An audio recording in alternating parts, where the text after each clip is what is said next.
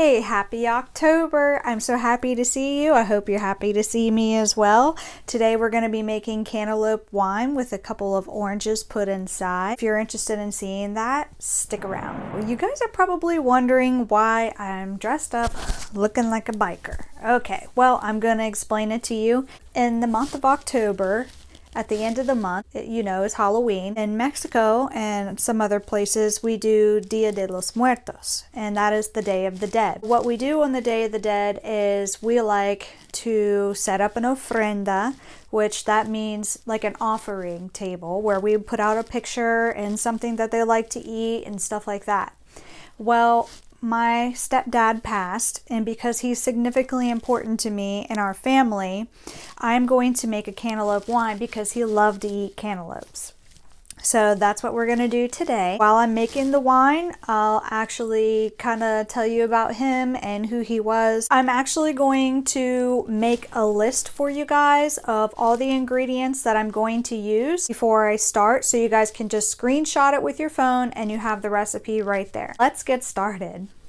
What I went ahead and did was I cut all the meat out of the melons. I blended them all up. I went ahead and put it in a brew bag, put it in this 5-quart container, pot, and I actually did the same thing with my sugar cubes, and I put it in this container down here. I'm gonna say we have about 7 quarts of cantaloupe total. Then I had some clementines. I don't know if you see those little cuties in the grocery store.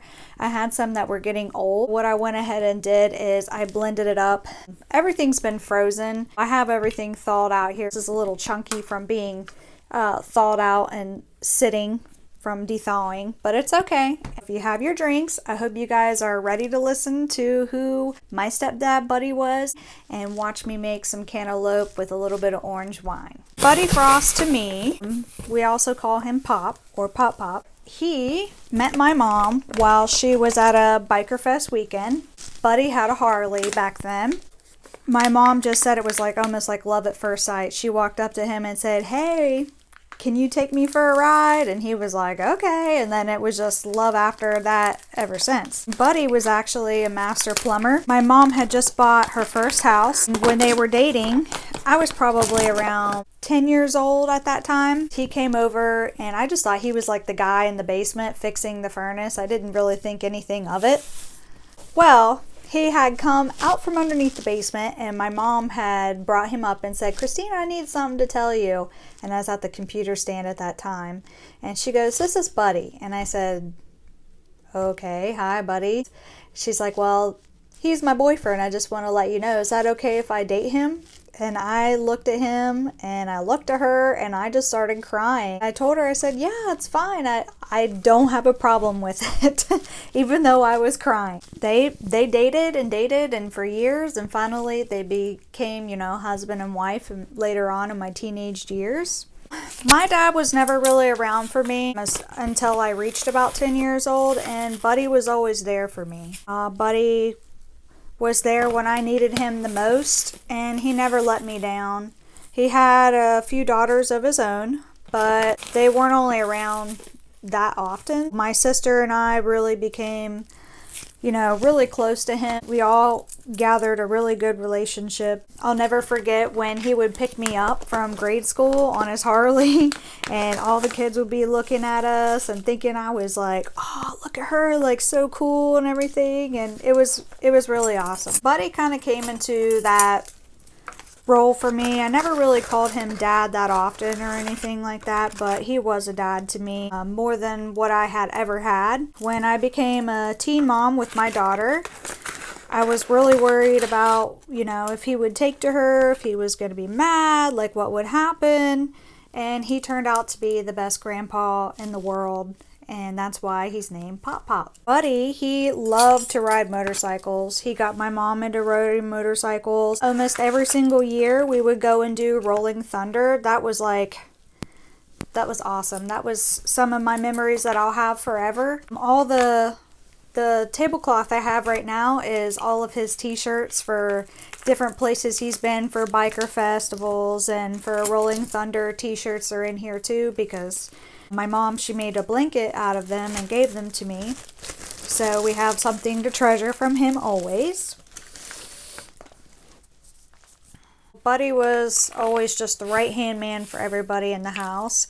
He was a Mr. Fix-It. He also was a master electrician, and he could do all that. So anything that we needed done in the house, my mom would always step in and help and work and fix things, and Buddy always fixed things, and that's just the type of the family that we had. We was a do-it-yourselfers.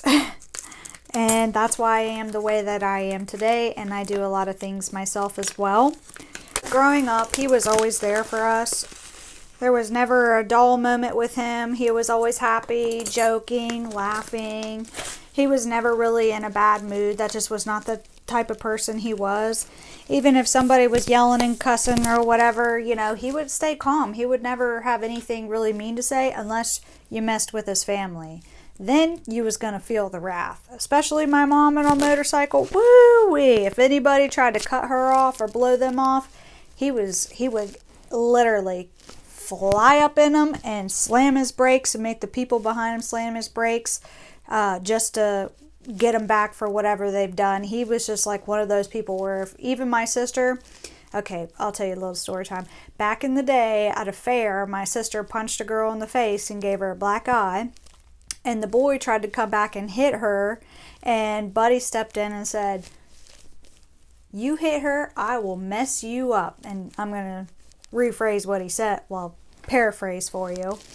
Oh yeah, he was that type of guy. He was there for you always.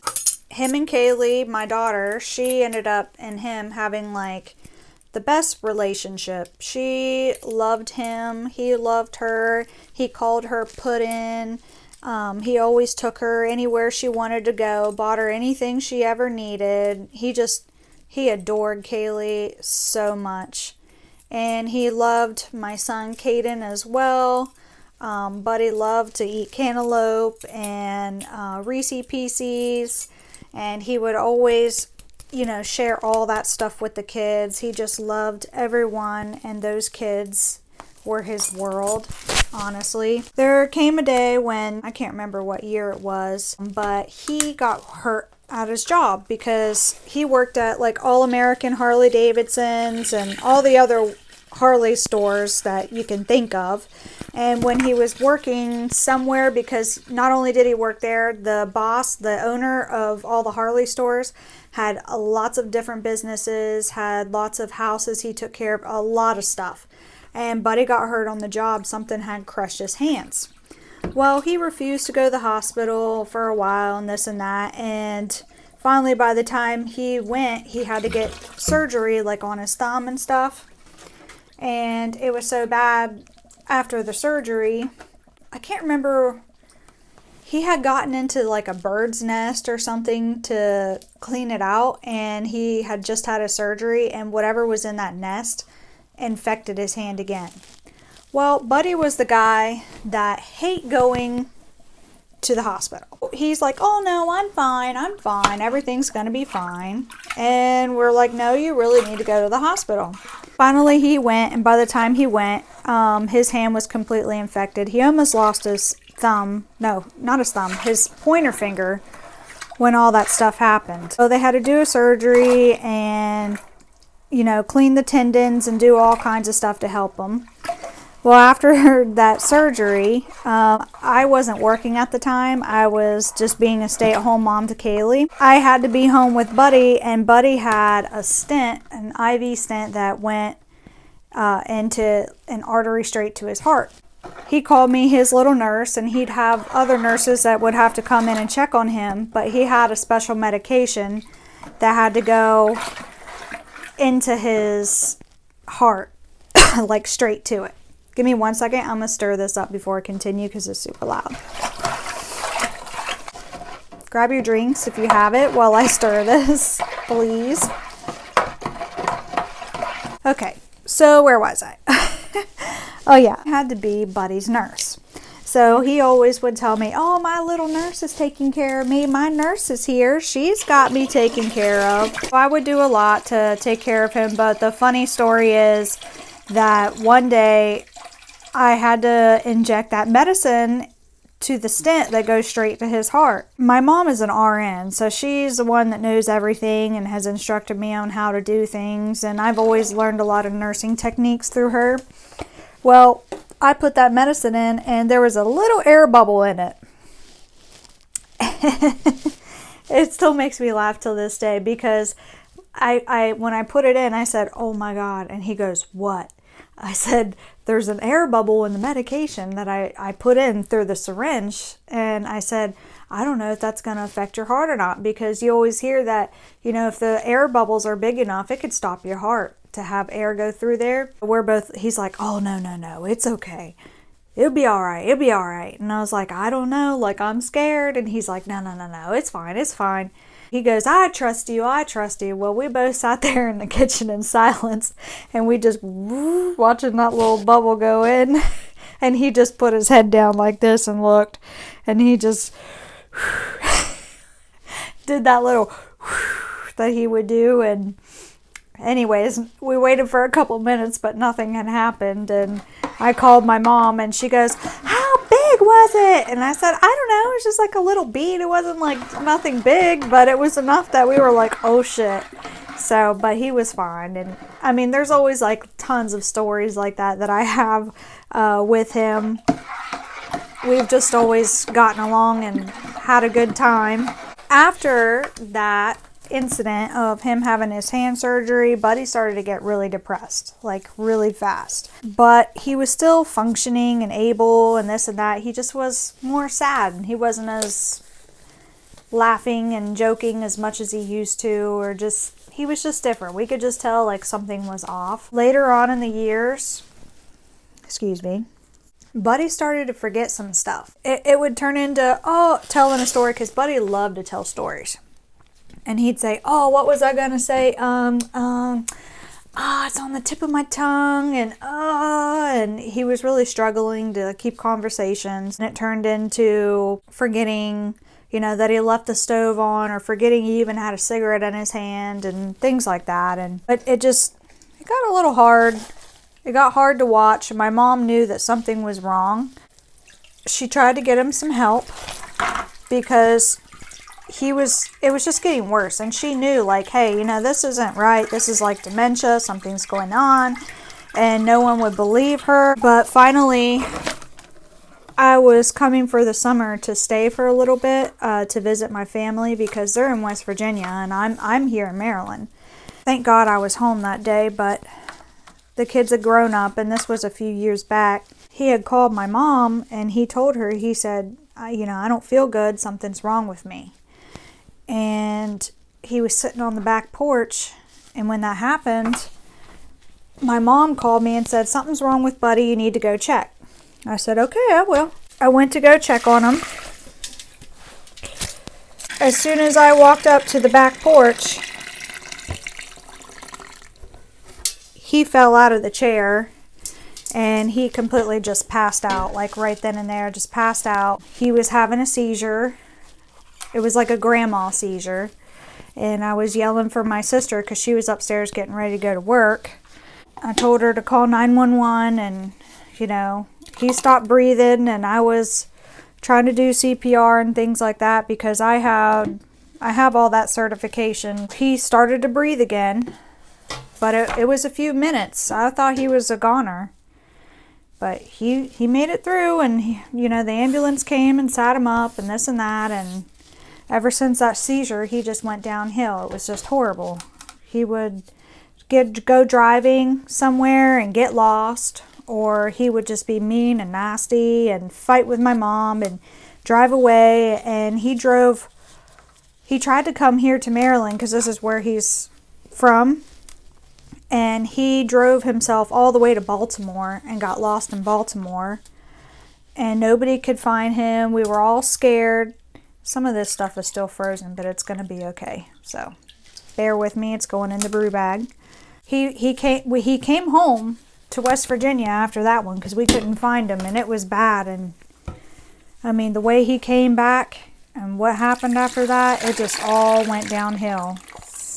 And they told my mom, when they took him to the hospital that day when he had the seizure and stuff, that, he's he's got some signs of dementia. And it's not early stages. And my mom knew it. And she's been fighting to get him help, and nobody would believe her. And finally, she had that confirmation that that's what it was. Unfortunately, Buddy just kept getting worse and worse. He didn't really come back after all that. He just started getting more mean and nasty and kind of violent, but it wasn't his fault. It was the disease, because that's not the person he was at all. He got the sundowners. He was starting to hallucinate. You know, that he started calling my mom his mama and stuff, because that's what he always called his mama.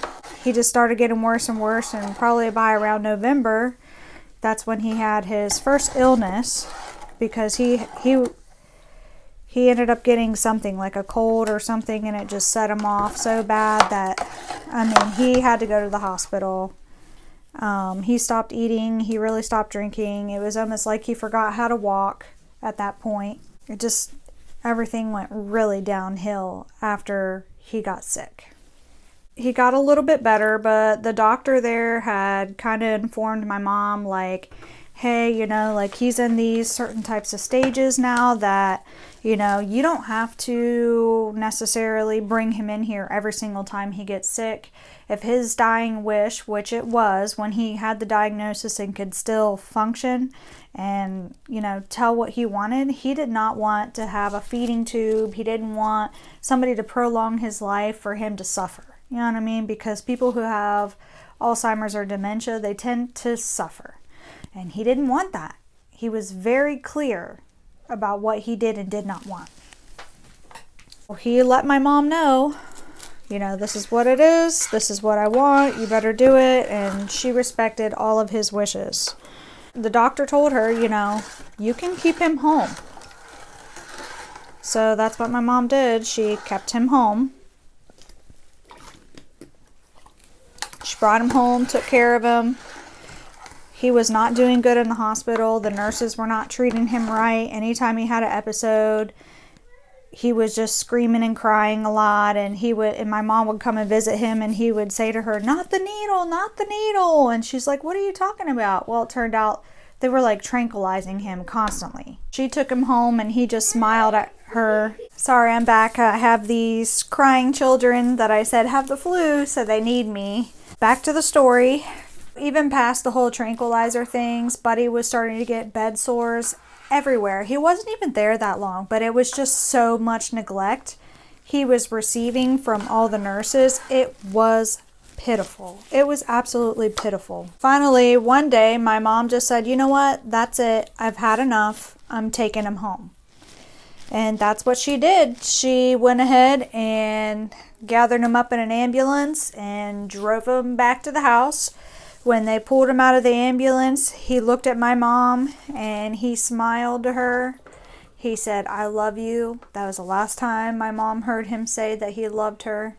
And he was just so happy to be back home. You should have seen the smile on his face, the gratefulness he had to know he was home and not in that horrible hospital where he was mistreated. No one there that loved him or cared. He got to spend his last days at home that way. My family had to have Thanksgiving without Buddy. I mean, he was present. He was there. But Buddy wasn't there, you know. He was in his hospital bed. He had a fake puppy dog that looked like his wiener dog Brutus that he had, because Buddy loved animals. All through his life, he loved animals. He would snuggle those dogs. He didn't know anything that was happening in the world, but I could tell you one thing. He knew the love of an animal, and even though he was not speaking, barely eating, couldn't walk, couldn't talk, anything, you gave him one of them stuffed animal dogs or a stuffed animal, he would hold it and love it, because that's where he found his love in life, was through animals. Coming around December, and this was 2019, Buddy got sick again. Okay, so this is reading 17% alcohol, supposedly, so we will see what that does, which I'm not mad at that at all. No, I'm not. We're gonna wait 24 hours. I'll in 1 packet of yeast. You could use whatever yeast you have. It really doesn't matter. My preference is going to be the Lavin 118 champagne yeast. It always makes the highest percentage alcohol that I like. And not only that, it just has always worked awesome for me, and that's why I really like using that one. But back to the story. I have my drink here. He got sick December 2nd, and there was really nothing we could do. He stopped eating, he stopped drinking. My mom knew it was pretty much time. She had hospice come in, help take care of him. It was really hard. But he died. He died December 2nd.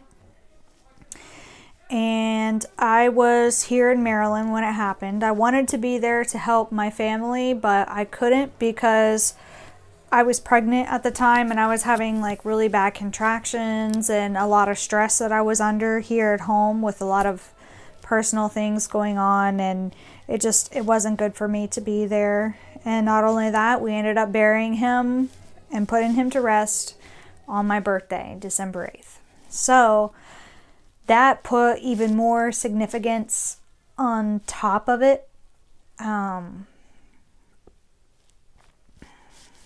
It was hard. It was really, really hard. He passed, and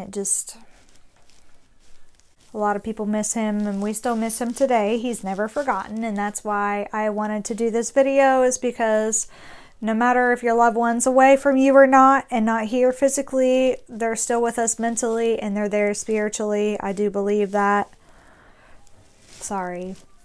Buddy was there through a lot for me growing up. I really didn't have a dad. After Buddy passed, I tried to reach out to my own father. That was just a bad idea. He's got so many demons that he's fighting of his own that it wasn't a good idea. But I was sad because his own daughters that were there at his funeral, some of them were laughing, joking, not taking it seriously. Sad to say, but it's very true. His stepdaughters were closer to him than his own children were. They were treated differently than us because we are stepkids. But that's why it made me want to reach out and go try to find my own dad, which, I mean, I know where he's at. I know what he's doing. It's not anything like that, but he has mental illness, very, very bad mental illness called schizophrenia. And growing up, that put me through a lot of hell, my sister, my mom, and everything else. And he's just going to be who he is, and I'm okay with that. But it did send me down a path of who would I have been if I did have my dad around? Would I have gotten into the mischief that I did if I had a dad? Like a real dad? Stuff like that. But then when I look back at it, then I really have to appreciate and respect Buddy and how much he put into my life. Everything he did to help me and help me grow and teach me things that now later in life, I'm still using all these valuable things that I've seen him do that help me today. Really hope that you guys enjoyed this video. I don't want to make this too long. If you guys like this like little story time, give me a thumbs up, leave a comment down below. Please subscribe because it really does help. And happy October and cantaloupe wine fermenting. And as always, cheers to you.